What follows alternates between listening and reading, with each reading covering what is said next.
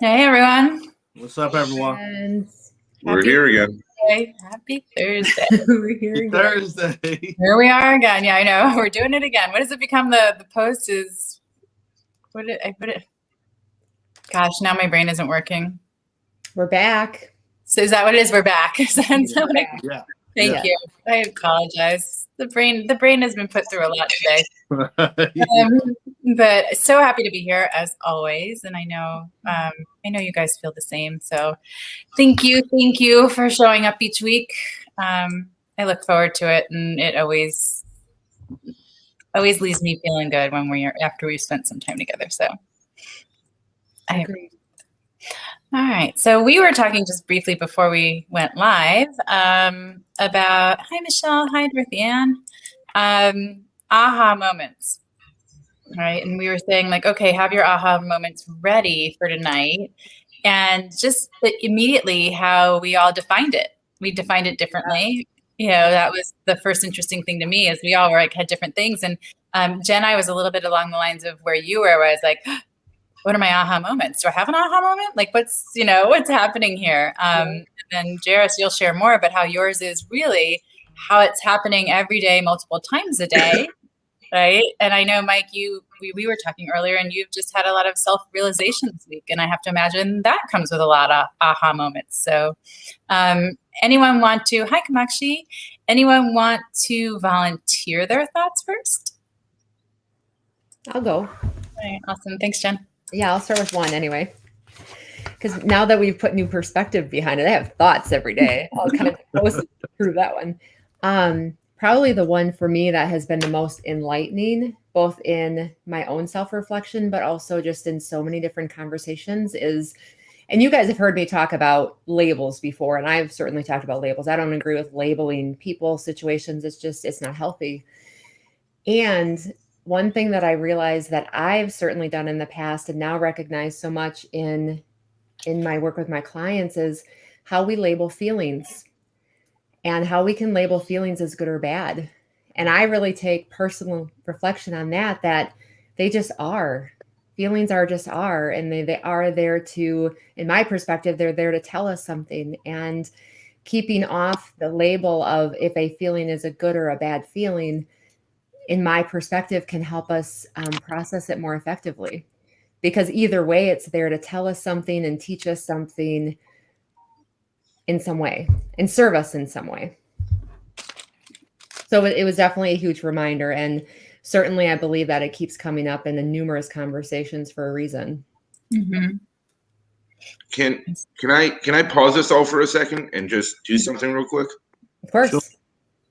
Okay, Rob. So here's the deal. We've all had really bad days before. So what's going on with your day that's so bad that we can help talk you through? Because you're a good guy, and yeah, sometimes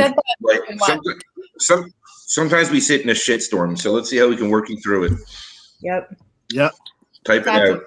You've got energy coming your way, Rob. If you're willing to share, we're willing to hold space for it. Good call, Mike. Yep, agreed. Yeah, I hadn't even seen that. Thank you, Mike. I just feel like we're here for a purpose, so I might as well do it. That's right. Yeah, rock the road. So, Jaris, in the meantime, why don't you go next? All right, Jen, I want to continue our conversation if you don't mind. I'll just speed everybody up. Yeah. I was just saying I have aha moments all the time. I'm just very open-minded, very curious of how other people act. And I manage hotel properties, right? So one of the properties I manage, they're foreigners. So the son that speaks fluent English, he wasn't there. So they know I just don't deal with cops. So she asked me, could I come to the property? Now, she didn't tell me that she was asking me to come to the property to talk to some police officers. So I just had no idea. So when I got in there, anytime I talk to them, I don't got nothing against police officers, but I'm just very careful. And the first officer was just like, anyway, it's a missing child, and they had left their belongings at the property. They were supposed to come back and get them. They came and got them. He just was upset because nobody notified him. But like I told him, this is my time, my first time speaking to you, officer. How can I notify you if I don't even know who you are? You know, I didn't get these instructions. So he's just like super pissed at me because I didn't tell him that the people came and got their stuff. So long story short, it gave me a time to talk to his partner, an aha moment, like, aha, he's fishing around for something else. And his partner was actually concerned about the child. And I told him, I said, I just used that moment to say, look, when you all deal with people that look like me and you want information, a lot of times we just don't talk to y'all. If you want us to help, tell us what's going on. Introduce yourself. Even if you got to fake it till you make it. How you doing? How's your day going? It's a missing child. And I said, that's the only reason why I'm willing to help and cooperate with you, because there's a missing child. But like I told him, I've been seeing y'all up here the last couple of days. Nobody has not said anything to me. Now, this one particular property is always some funky stuff going on. So somehow a guy had broken into a store. I don't know what had happened. And he had jumped through one of the windows or something. And they come jumping at me like I'm the suspect. And I'm just telling him, like, you know, you're looking for a white male. And I just noticed because I see the guy running and hiding. I'm thinking to myself, why are you questioning me? You harassing me as if I'm the, I don't know, what's the word they say, suspect, the perpetrator. Be like, I'm the perpetrator, right? So I just used that moment, Jen, as an aha moment to let his partner know, because he had just got so mad he went to the car. But I just used that time to let him know, look, man, we in it together. If you want cooperation from somebody, I don't have nothing against a police officer. Because if something happens, I might have to call y'all one day. So it's not like I don't think all police officers are bad. That's just not my perspective. But if you want our help, I just use that aha moment to show him my perspective on how you should treat a human being first. Then we can get to the business later. And you were speaking about your father being a cop and how he would feel. Yeah, so my dad was a police officer it was 28 years when he retired. And he passed 15 years ago. And he would be, you guys, I watched him. He treated every human like a human. It was every single person. Like, I literally would watch him give the shirt off his back to anybody. And that to me is what everyone should define. Like, and Jaris, if I'm hearing you right, that's what you're saying is like, take the labels off, take the what everyone looks like off, and treat them like they deserve, that they're a person and we treat them as such. So he would be really frustrated with seeing some of what's going on right now. For sure. The first thing I thought of, Jaris, is ego. Ego gets in the way. Why didn't anyone tell me? I should know, right? Right? Like me, I'm so important that everyone should have told me, and that I'm left out somehow, bruises my ego in a way that makes it so that I am losing focus on what's important here. And I then am feeling compelled to assert my authority, right? If you all don't see how important I am, let me remind you, let me show you. Yeah. And I think that's definitely ego. Yeah. It's a thing. And about how, Jen, you're talking about your dad and how people do things, right? How it should be done, how people do things. And it's funny because this wasn't on my aha moment list until you started talking about that. But my aha moment from today was I had to go down to my school campus, get my COVID test so I can be on campus next week. Keys to my room. It was, of course, filthy. No one's been there in over a year. Did some quick cleaning, was running back to my house so I could actually do therapy with a group and be on the internet. And as I came, I was probably 2 turns from home, I came upon an accident. It had already happened, but, clearly knew. And so I pulled, the center lane and rolled down my window and asked, the people who were standing there, is, everything okay? Do you need anything? And the 2 people from the one car said, we're fine, but we don't know about that person, which was the other car, which was across the intersection. And I was just thinking like, okay, well, this didn't just happen. Nobody's gotten out of that car and nobody wants to walk over there and see how the person is. You're standing by your car, taking pictures of the damage, like that kind of thing. And so I put my hazards on, jump out of my car, get my mask on, and I walk over. and the airbags have gone off, so I can't even read the side curtains there. And I'm sitting on the ground, and I can see there it's a woman, an older woman. And I just said, "Hey, love, is it okay if I sit with you until, the paramedics and the police get here?" And she goes, "Yeah, that'd be nice." And I said, "You okay?" And she goes, "Bummer. This is such a bummer." But just the idea that, no one had checked on her. Yeah. Like, you're in an accident with someone, they haven't gotten out of the car. Like, how do you want to be treated? Yeah. How do you want to be treated? I got in an accident when I was in my 20s, and I rear-ended someone. At the time, I had my Volkswagen Bug, convertible. And of course, I didn't want to have a tan line, so I put the seatbelt under my, very smart, put it under instead of over my shoulder. And I hit someone, and I hit my face on my steering wheel because it was like a 1970s Bug, old school. And, of course, I get myself together. I go to get out of the car, and the guy in front of me had a beautiful brand new Mercedes, and he's looking at his car going, "Why did you do that? Why did you do that?" And I said, "I totally did it on purpose. And I hope that you have a daughter someday, and when she gets in an accident, someone treats her just as beautifully as you're treating me." And he just looked at me. Change the state. Right. All of a sudden, I was like, "Do you need some tissues?" Yep. But the fact that it's not how we all treat each other, how we all view each other, how we all extend kindness and courtesy and grace to one another, you made me realize that aha moment that we don't. And every time I do, it's making a difference. Because maybe the next time those people get in an accident, they will go over. Yeah. When the paramedic walked up, he looked at me and he said, "Were you involved?" I said, "No, I just wanted to make sure she was okay." And he winked at me. Yeah. So, well, and I think that's the thing is we can only start with us, right? And it's everything that we do, and it's all that we demonstrate to other people and what they can do by seeing what we do. And that those aha moments, I have other big ones. That's what I was thinking of, was like those huge aha moments, right?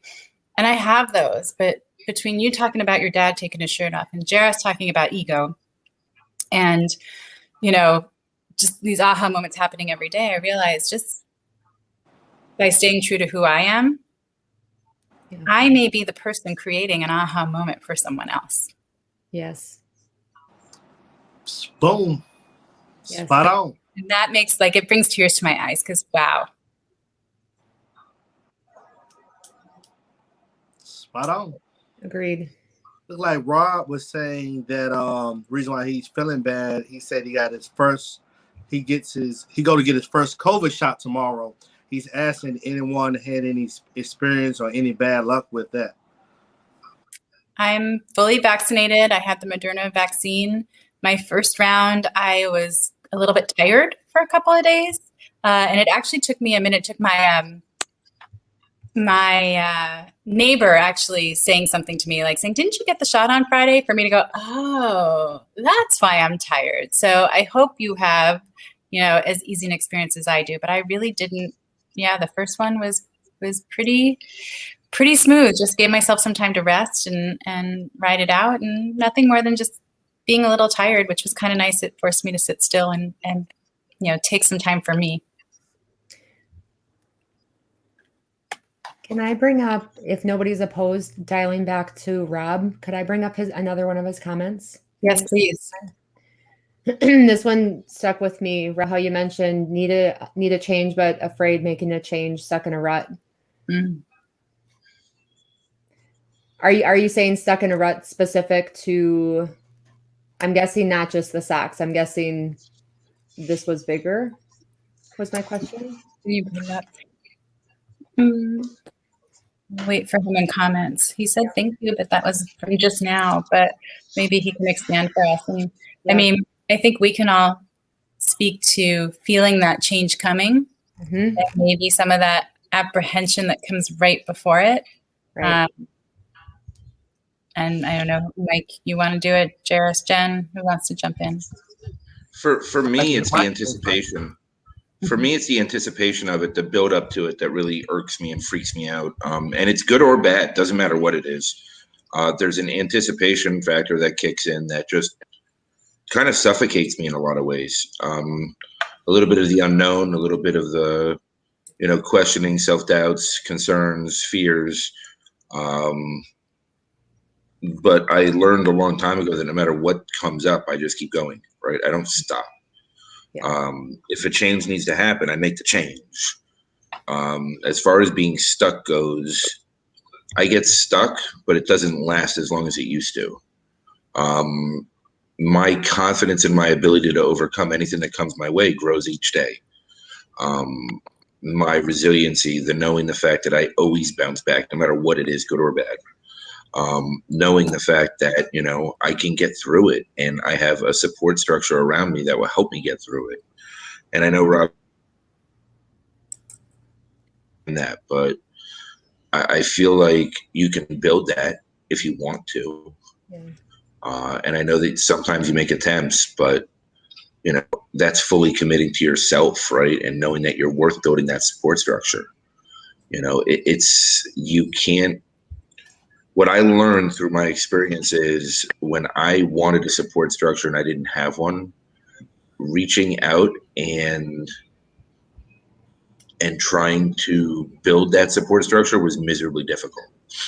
So it was a very large challenge for me at that time. At some point over the work I've done, it started falling in place. But again, that comes down to the work, right? Like it's always coming down to the work. Everything comes down to the work. And I know when you say you're stuck, and I know what it feels like to be stuck. But you've got to want to get out of it. You've got to be willing to do whatever it takes to get out of it. And making a change when you're stuck is key, because even if it's the wrong change, at least it puts you in motion in a direction. That's right. And once you're moving in a direction, then you can adjust your direction, you know, once you're starting down a new path. You know, sitting at the crossroads doesn't do you anybody any good. The two things that I usually get to are, one, what am I still getting out of it? Because if I'm willing to abandon it, I have to really examine, like, what am I getting out of staying in this place? And sometimes it's just that it's quelling my fears of actually doing it. Sometimes it's like, well, if I make the change, what happens if it doesn't work? All those sorts of doubts come in. And for me, I just look at, okay, if I stay where I am in this rut, in this place, with this choice, whatever it may be, I know that path, right? I've been on it long enough. I know it. I know I can see what my future holds. Whereas I shift to being less fearful of the unknown, because the known is really just such an intolerable place, or such a path without any growth or change or joy or whatever it is, right? All of those pieces. So I get to a place of examining, I know what it is if I continue this way. And as frightened as I may be of making that change, I don't want to keep going this way. I know what that brings me. So I'm willing to make this step outside of this. And, you know, sometimes it's a huge leap, and sometimes it's a toe out. And if it helps, Rob, remind yourself, you can always come back to where you are. Yeah. You can always come back to where you are. And even if you do come back to where you are, it won't be the same. It will have changed. Yeah. For me, one of my guiding lights when it comes to change is really looking at what I really want and why I want it, and then letting that guide the direction of my change and what the change looks like. And Nancy, to your point, looking at where my current state is serving me and how it's not serving me, and how letting that go is going to help me get to where I want to be and go. Right. And then the final piece with that for me has been just taking small steps. And then I've found that those small steps multiply and get bigger and quicker and faster. And sometimes for me, at least, it's been the smallest pieces that have been the hardest. And then everything that comes later tend to be easier, even though that they're bigger steps. That momentum. Mm-hmm. Something that I've been doing is just embracing change. I'm realizing that things are constantly changing. So I don't know if this helps you, Rob, but if you feel the need to change, I just go with the flow. And like everybody else is saying, one step at a time. We don't have to try to tackle things overnight. I'm really realizing what time means, and that it doesn't have to be defined every time with an hour or a minute. But now what I'm looking at is a season.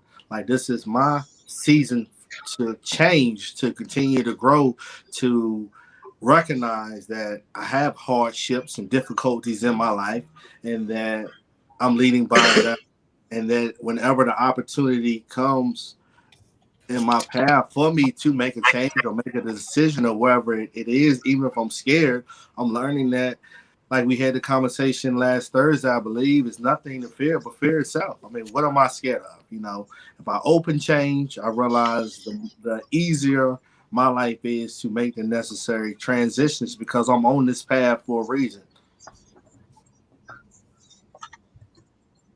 Yeah, and I think it's important, like, change is happening whether or not you're stuck. Right. It's like I said, even if, Rob, you were to step back into where you are right now, it wouldn't be the same. You'd be different. The moment would be different just because you tried, right? And you allowed yourself that bravery, you allowed yourself that option. You won't be the same, and the moment won't be the same to come back to. So, you know, that's always something to keep in mind. I don't know, how do you comfort yourself with the, I want to say, trauma of change, like when it feels like it's a trauma of change, right? Of course, it's not something you want to jump into. So focusing on all the things that could be in a positive. We tend to focus on all the things that are going to fall apart, be horrible, not work out, like all the negative things that could happen if I make this choice, if I make this change. But if you can challenge yourself to stay with all the things that could happen in beautiful ways, in ways of growth, and letting go of some of the fear and the sadness and, you know, feeling stuckness, maybe that will help you. I know for me, that's often what I have to do also, is sort of go like, okay, yeah, this all could happen, but you know what? None of it could either. It could be perfect and beautiful and be more than I ever imagined for myself, and, you know, absolutely freeing, and bring me in contact with people that just are absolutely filling my spirit, teaching me lessons every day. I mean, just coming on this show, right? I started off as a guest the first time I was on this show, right? And I came on and, you know, was a little bit like, okay, we'll see what happens. And I don't know so much about this. And I had been on shows before, but it was different, you know? And turns out it was an amazing thing. I had fear about it. I could have said no. I could have stepped away from the challenge. But I'm so happy I did.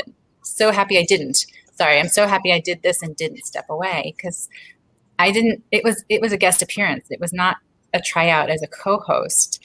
Right. And yet it brought me to being part of this group on a regular basis. So I don't know, Rob, are we helping? I don't see you in comments anymore. So I want to make sure we're speaking to you. Your heart is feeling some of this. We've had a couple of people come in too. So say hi to everyone. Like I don't think I said hello. I did in comments to the Rev, Carl Sean Watkins here, and Katie J is here. And I see Senor Paisada and Ashok is here with us. And Brian, of course, I see you. Kamakshi, I said hello to already. Dorothy, we said hello to. So just wanted to say thank you, thank you, thank you. We always appreciate you being here. We appreciate all the support you're giving to us, always in the comments, to one another in the comments. And I saw a lot of really nice, uplifting words and of encouragement for Rob as well. So that's what being part of this community is all about, right? And yes, Cap smile. That, yes.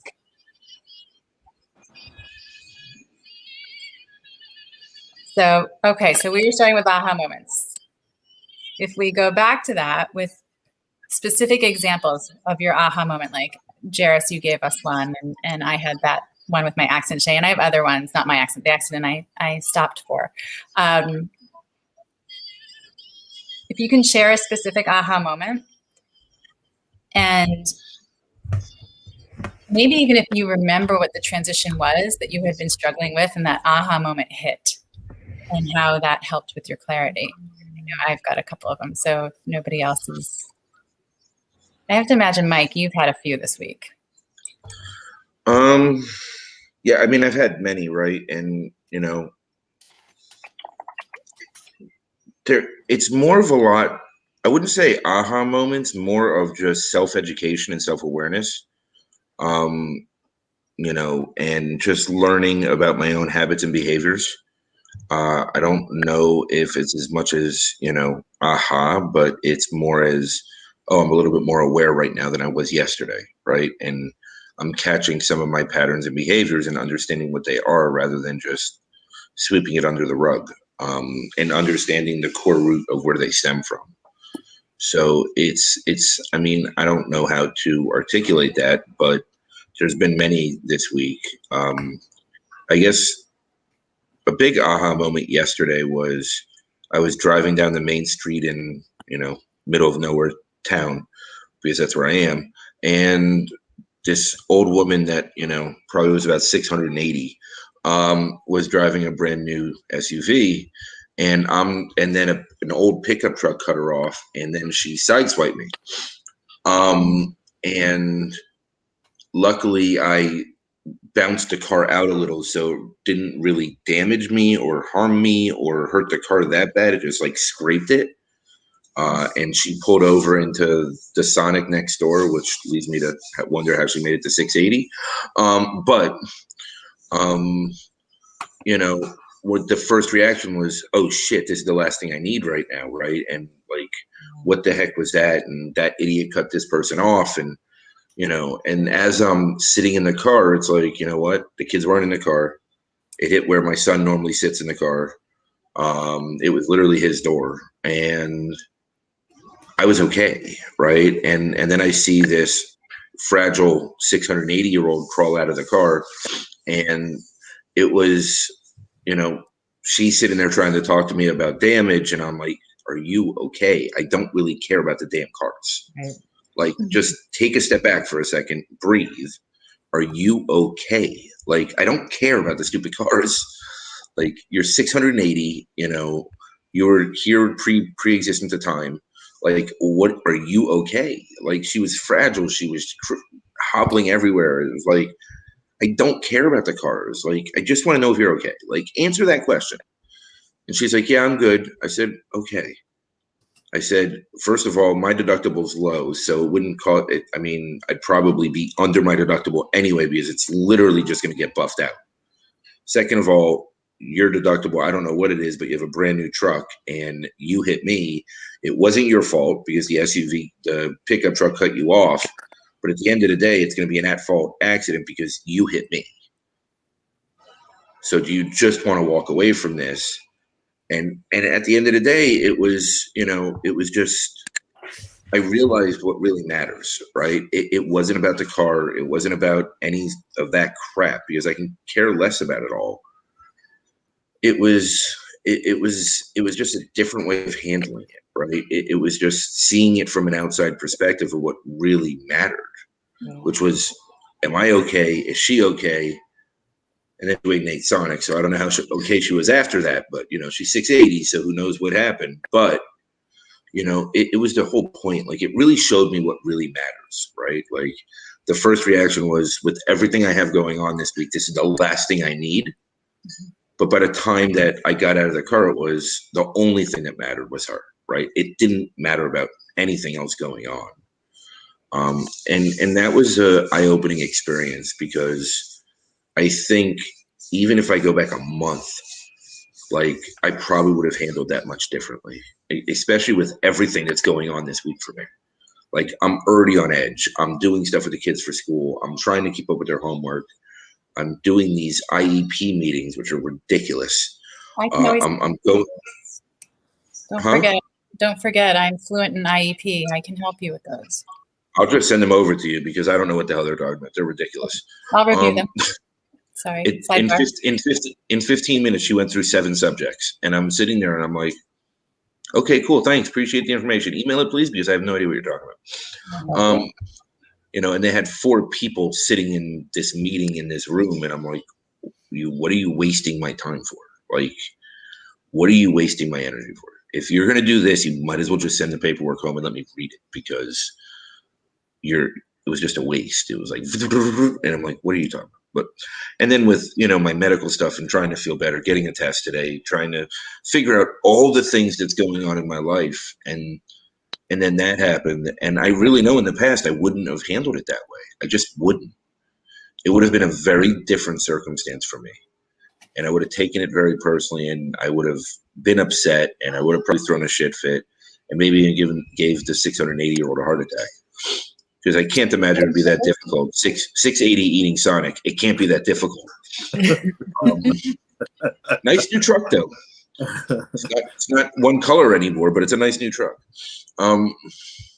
It was just like a big eye-opening experience for me about how far I have come, and sometimes I don't appreciate that enough. Maybe I do, maybe I don't. I don't know if I always do. Well, and I think what you did is that thing that I was hitting me earlier, is you led by example, and now she knows exactly what to do for someone else. Right. Yeah, I mean, she still went to Sonic. Obviously, she was fine. I mean, you know, about if she sees an accident or she's ever in an accident again, the first thing she's going to do is make sure that the people are okay and have a conversation on a human level. Right. Yeah, I mean, it's easy to say that until you're in the moment, right? Like I always wanted to be one of those people my whole life, and I've been in more accidents than I can count. I mean, I've been in a lot of car accidents, unfortunately, and 97% of the time they're not my fault. Like, I've had 3 accidents out of all my accidents that were my fault. So maybe I've been in 100. No, probably about 50. Like, in the first 2 years driving, I think I was in 20 something accidents. It was ridiculous. So guys, whenever we go out, Mike doesn't drive. Nobody's ever gotten hurt. Nobody's ever gotten hurt. I mean, my first accident was because a old Bronco, like O.J. Simpson's, was driving in front of me, and the 4th wheel flew off the car in front of me at 80 miles an hour on a highway. So I actually was navigating the traffic behind me to keep them safe as he went from one lane all the way over to the other and back and forth for 5 miles because he had no control over his truck. Like, that was my first accident at 16 years old.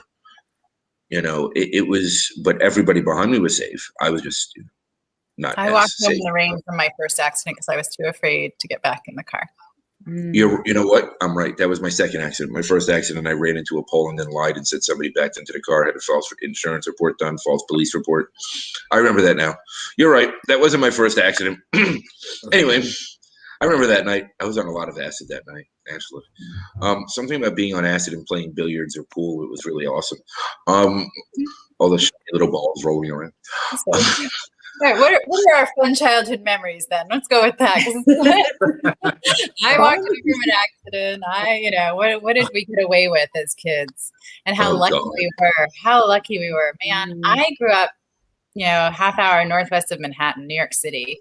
And at 15 years old, hi, Mom and Dad, I had a fake ID and was in Manhattan, in the middle of Manhattan at 15 years old, in bars, right, with people 21 years and older. It was before cell phones. No one could have found me. Mom thought I was sleeping at someone else's house, right? We took somebody else's car. There was like the fact that nothing ever went wrong is a miracle, truly. Like, you want to know you're being watched over? Look back at your youth. Look back at your youth, man. That was one of many, and I was quote unquote a good kid, right? I wasn't a bad kid, but I was a bad kid. I was a bad kid, self-aware, completely. 9 years old, took my dad's car, ran straight through the garage door.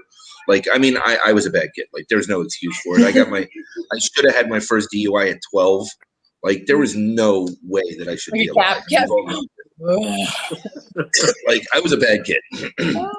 But I've got to go feed my little 3-year-old soon-to-be bad kid because now apparently she's hungry. You want to say hi to everybody, Sid?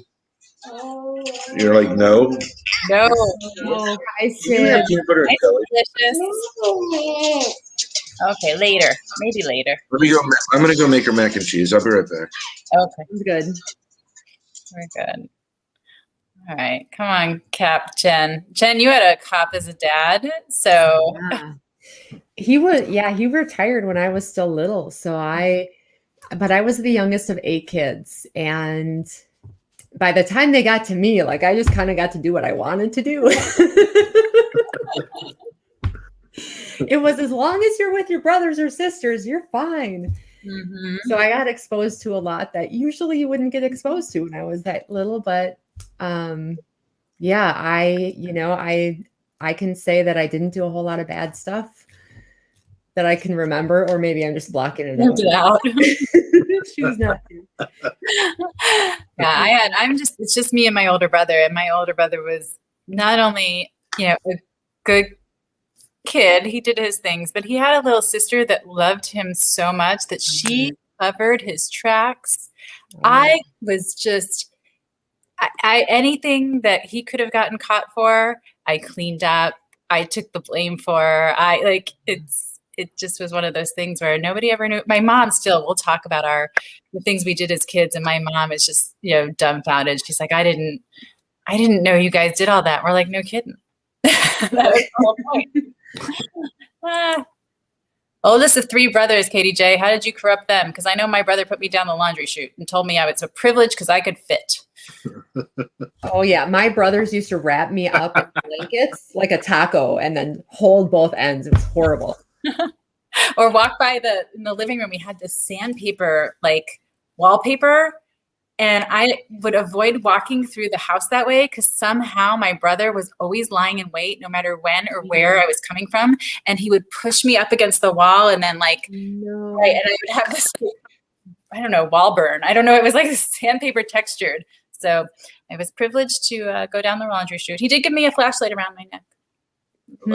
So, So Katie J, come on, spill. We know. All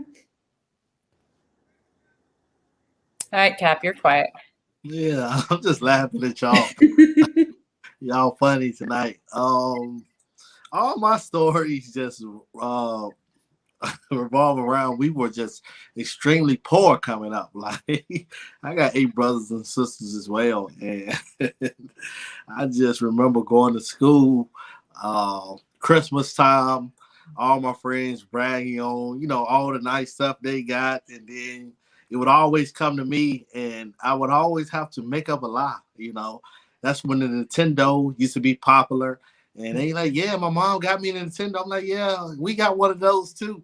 And I'm wearing, hand-me-downs from the prior year. Man, I remember one time my mama had got a nice, large sum amount of money. I don't know what she was doing, but she got some money. So she's like, all right, I'm going to go shopping for y'all. School was like the day before, first day of school, right? So she comes the night before school with all of this new clothes. So I'm excited, like, yes, finally got some new clothes. Don't have to wear hand-me-downs. So I wake up and I'm like, yes, let's go try on some of the jeans and stuff that she had bought us. And evidently she thought she was saving money. She bought us these jeans with the pant leg were like literally this wide. I think they were selling it with like the jeans that the guys used to skateboard in. I'm like, oh my God, I gotta wear these jeans to school. And it was just, so embarrassing. She had bought like 20 pair of them.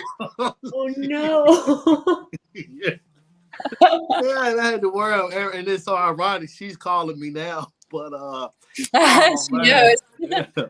That was just my highlight of just growing up. But I can laugh at it now. But back then, I used to hate going to school because I only had like 2 pairs of jeans to wear. We used to wear these Reebok Classics, the either all white kind or all black kind. And every year before, we used to go buy white shoe polish. And they'd turn all black and brown. And we would take the white shoe polish to make Oh, man, I had it bad. But I never got picked on, thankfully. I always was a class clown and a jokester. But just reflecting on my childhood memories. Yeah, right. It's the perspective is amazing. I am, we were okay. At least my parents always, made us feel like we were okay. But I look back at, brilliant things that they would do, sort of like, I'm Jewish, we celebrate Hanukkah and there's 8 nights. So I would get a Barbie doll night 1, and then every other night I'd get one piece of like clothing for an outfit. You know, they used to have the outfits. And so I was excited because every night I got another piece for another outfit. Hi, Annie.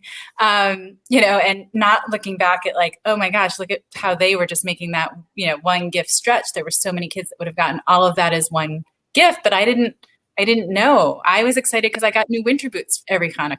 Like I thought that was the best thing ever because, you know, all right, December, you probably got through the first couple of snows with last year's boots and maybe your toes were a little tight and just put those plastic bags on your feet before you put them on. You'll be fine.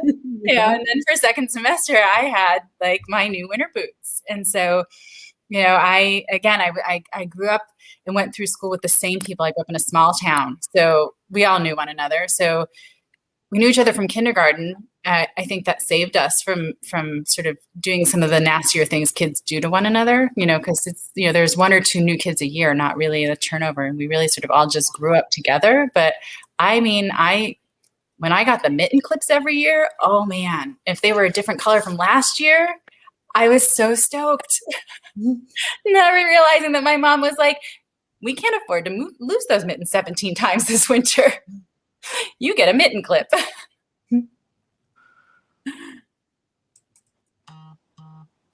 Y'all got me cracking up over here. Y'all got me cracking up. I mean, these are the fun things. Meanwhile, I'm waiting. KDJ did he wants us to know that, you know, he's a good kid, but not that good.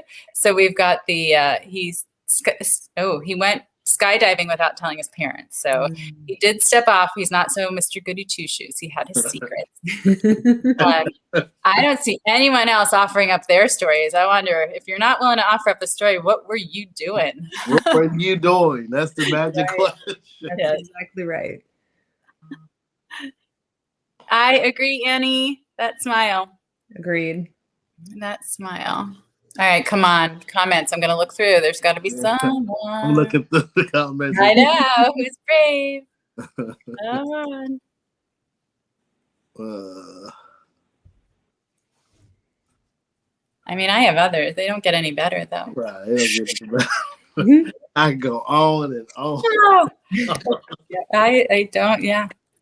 Okay. So I grew up I grew up very close to Manhattan. However, it was still very rural. I grew up like a quarter of a mile down the street was a working farm. You know, I used to muck stalls so that I could ride horses, kind of thing. And so we didn't have a lot of places to go out and be away from, you know, prying eyes of adults. So I lived in an area. There was Clauslin Mountain was one of the things that was nearby. And over the years, you know, the kids had just totally picked a spot in the middle of like the road up the mountain. How we found it each time, I don't know. But there was a path that was basically tamped down to the middle of the woods, right? And any Friday or Saturday night, there were 5 kegs back there. Like we just all hung out in the middle of the woods. Now, the problem was over the course of time, people that came up together didn't necessarily leave together. So by the end of the night, there were not necessarily enough cars for everyone to get back home. So I have, on more than one occasion, driven down the mountain in the trunk of someone's car with someone else, much less.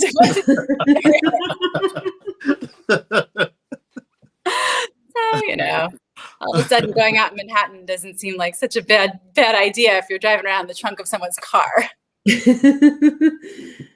Good times. Yeah. Let's see. Did anyone offer anything up? I don't think we got any. No. Wow. Yeah. Okay. I think Mr. Bill Bradford was just called out. What's happening? Let's see. Come on, Bill.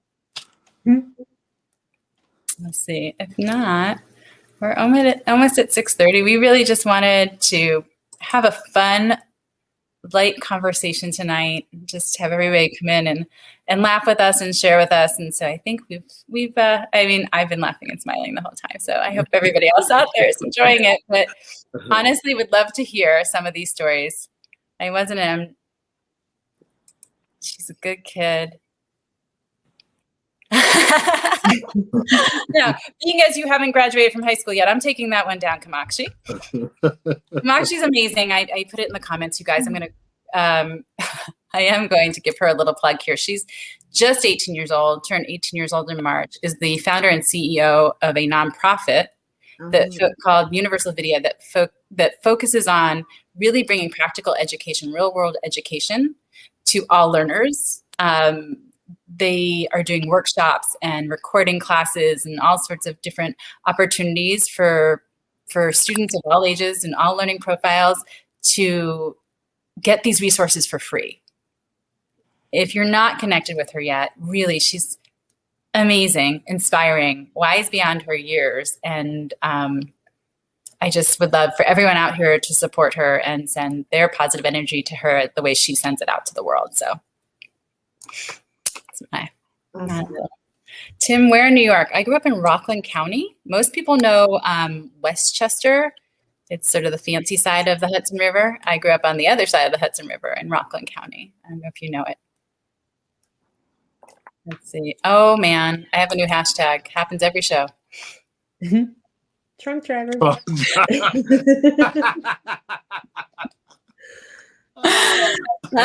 man. All right. Then I think there was some stuff here I thought I saw? Oh, Bill Bradford. There we go. Okay, see? We're going to hashtag you as well. Senor Fayasada. You were given dirt, but it was taken away. Yeah. And let's see. Let's see. I had a nice old car with an adult beverage container in the trunk and a pump and tubing that ran under the carpet to the front seat. Nice. Wow. There it is. There it is. Yeah. There it is. You know, the ingenuity we had as kids apparently is paying off because as adults, we're finding ways to channel that into our successes. Right. Oh my gosh. All right, hang on. Anything else? Where in Rockland County? Wow. Okay, hang on. Ken wants to know where in Rockland County. So I'm going to say it and you're all going to laugh because you want to talk about, I was given every opportunity to really be made fun of because I was Nancy Licker. My maiden name is Licker, L-I-C-K-E-R. And I grew up in Blauvelt, New York. So you can try that out. Nancy, middle name Deborah, Nancy D. Licker. And I grew up in Blauvelt, yes. Blauvelt, New York, which was Rockland County. Think if you know the area, Tapan, Nyack, New City, just over the Tappan Zee Bridge there. So that's where I grew up. I'm not lying, it was really bad. Here's where hard work pays off. You don't have to be really good at everything. That's right. But if you're determined and hardworking, you're not going to fail. And your worth is definitely measured by more than a grade. Very true. Mm-hmm.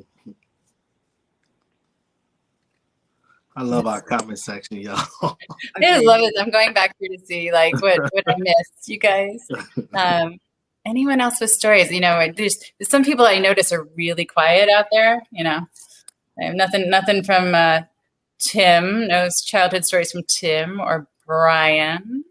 Or Dorothy. I was going to say Michelle Madden was there. Rev. Hello, Rev. Mm-hmm. Everybody's going to hate me now that I'm calling people out.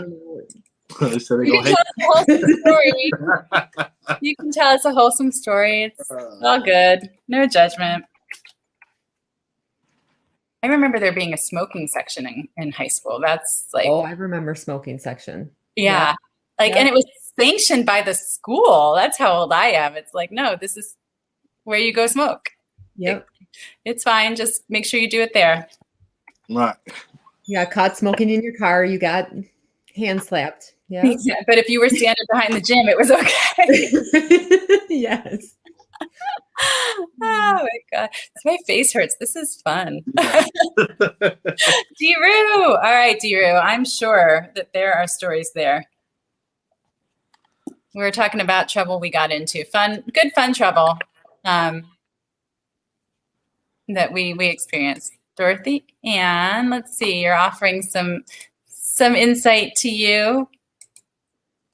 So, oh, wait, sorry, it went too fast. So you had a smoking section at your school. Tim, were you ever in the smoking section though? That's the question. All right, Dorothy. She was a good kid. But come 29, well, feel free to tell us about 29, why not? Let's see, I thought your last name, Kamakshi, my married name, which I kept after I got divorced, is Barrows, but my maiden name was Licker, Licker. And that is exactly the name that was on my fake ID, and no one ever bothered looking at the date. I probably could have used my real ID because they got to Licker and were like, seriously? And I would just look at them and say, if you were picking out a name for a fake ID, would you pick Licker? And pretty much they go on it. All right, let's see. Oh, this is fun. You guys, I love how you are responding, right? Yeah. Okay, so Dorothy Ann's lips are sealed. All right. That sounds like a challenge. Sounds like a challenge. And Tim never did smoke. I did. I definitely did. Same. Yeah. When I met my ex-husband, he was bold enough to tell me the only thing he didn't like about me was that I smoked. Tim, why did I keep my married name? Well, let's see. When you grew up Nancy Licker, you pretty much are just waiting for, the opportunity to change your name. I had some parameters. I would not change my name. I was ready to hyphenate it if I married someone who had the last name Wiener, Wanger, Hyman, Cox. There were a couple of them on the list that if my luck was such that the person I fell in love with had any of those last names, it was going to be hyphenated because the universe was really having a good laugh with me. So thankfully, Barrows was the married name I ended up with. And quite frankly, I had been Nancy Barrows for 16 years, and that's who I was. And so the name didn't hold any negative energy or anything negative that went with it. So I remained Nancy Barrows. That was really how that one came about. All right, hang on. I'm behind in comments, you guys. Let's see. Oh, Darren's comment's good. It's called evidence. Can't type it up. Oh, that is true. Good. So what if you hypothetically, like a friend of yours might have? A friend of a friend may have at one point. Right? How you have a story about someone who. Yeah. Or right? a dream, right? There we go. I had this dream once. Exactly. What's funny is, Senor Payasada, I don't know if you're kidding, but I have gone cow tipping. There you go. None of it's in writing, but you can pull up this clip. There's plenty of evidence. Yes. I love this. We're learning about everybody on a different level, and this makes me so happy. Oh, Kamakshi. I could leave that up all night. Thank you. Tim, please feel free to say my name with a British accent whenever you would like. That would be happy to me too. Let's see. Oh gosh, you guys are awesome. I'm sorry. It's supposed to be our show and we're supposed to be here talking, but I'm just enjoying everything that you guys are doing and sharing with us. All right. Any last words? Any last words? The last words. Except thanks for all the laughs. This was great. I know. This is awesome. Oh, wait a second. Deeru has a friend.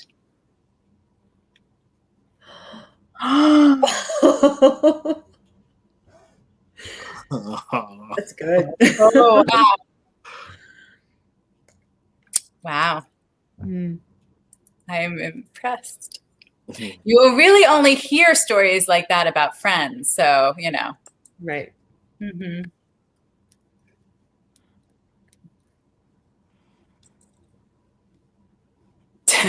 Tim, we didn't really do anything. He's off making mac and cheese for the kid. Although he's been gone a while. Maybe we should do a wellness check. Make sure Sid doesn't have him tied up somewhere. Oh. Diru, your secret is safe with us. Yes. Not to worry. Oh, wait.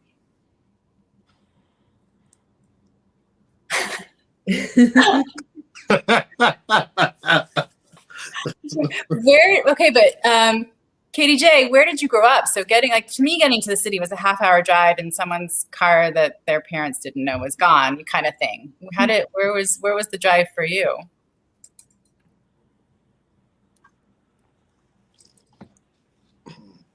All right, hang on. Just checking. All right. Bill's hopes and dreams have been confirmed. He knew you were bad. It's exactly what he was looking for. All right, Kenny. Apparently you're impressing the masses. I love that.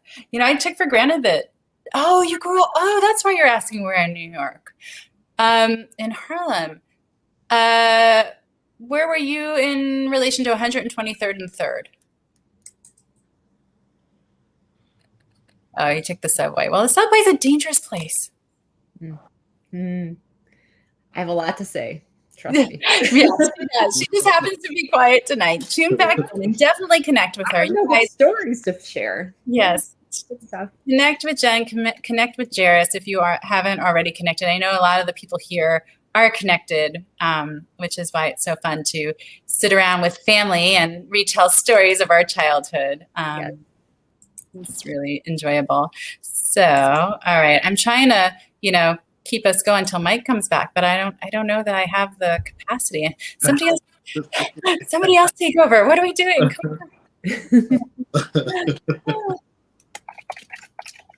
I'm thinking then. Yeah, then maybe it's time to. Oh wait, thanks. There he is. Hey, Mike. We were sharing all sorts of fun childhood experiences, and so was the community. Our family is letting a little bit go about themselves. We were getting ready to wrap up, but wanted to holding out for you to come back. Wanted to make sure you were here with us to say goodnight or add any thoughts you had before we did. No, I think I'm good. I'm trying to get Sid fed because apparently she wants to eat now, not, the 3 other times that she was eating this tonight. And I just, it's fine. I'm not. There you go. Kenny just put his address there. Somebody send mail to Kenny's old house. His old house. Oh, Kenny, I didn't know this. We'll talk about this later, but yeah. I spent many a weekend in Harlem. My dad worked in Harlem. So it was 123rd and 3rd was where the store was. That's why I was asking. So as much as I hate to say goodnight and end this because I'm totally enjoying it, I feel like we've spilled some dirt. We've gotten some dirt. It spills a lot of dirt. A lot of dirt, yes. A lot of dirt. We've got some blackmail material here. And I have truly enjoyed getting to know my LinkedIn family better through your stories. That is amazing. Thank you for sharing them with us, and appreciate you being here. And look forward to seeing you again next Thursday night. Feel free to come with your childhood stories, all of you that have not participated yet. We'll be waiting. Exactly. We'll be waiting and recording. So no pressure whatsoever. Nothing to worry about. All right. Good night, everyone. Have a great night. See you next Thursday. Thanks for being here.